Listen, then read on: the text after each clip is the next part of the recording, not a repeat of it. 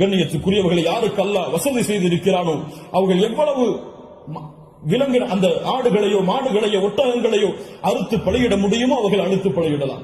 ஒருவருக்கு ஒரு ஆடுதான். ஒரு மாட்டை ஒருவர் முழுவதாக அறுப்பதற்கு அவருக்கு செல்வம் இருந்தால், வசதி இருந்தால் அறுக்கலாம்.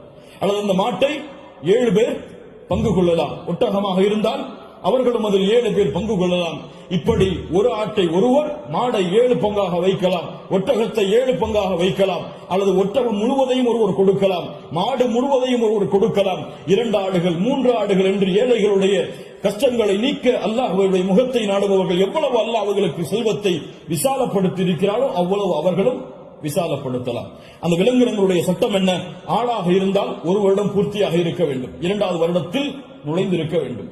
மாடாக இருந்தால் 2 வருடங்கள் பூர்த்தியாக இருக்க வேண்டும், 3வது வருடத்தில் அது நுழைந்திருக்க வேண்டும். ஒட்டகமாக இருந்தால் 5 வருடம் பூர்த்தியாக இருக்க வேண்டும், 6வது வருடத்தில் அது நுழைந்திருக்க வேண்டும். யாருக்கெல்லாம் ஒரு முழு குடும்பமாக ஒரே இடத்திலே ஒரே உணவை சாப்பிட்டு வசித்தால் அந்த முழு குடும்பத்திற்கும் ஒரு ஆடு போதுமானது, அல்லது முழு குடும்பத்திற்கும் ஒரு மாடு போதுமானது, அந்த முழு குடும்பத்திற்கும் ஒரு ஒட்டகம் போதுமானது. ஒரு குடும்பம் மொத்தமாக ஒரே இடத்திலே ஒரே உணவை சாப்பிட்டு இருந்தால், தனித்தனியாக வேறு வேறு உணவுகளை வைத்திருந்தால் அவர்கள் தனித்தனியாக உதுஹியாவை அவர்கள் கொடுக்க வேண்டும்.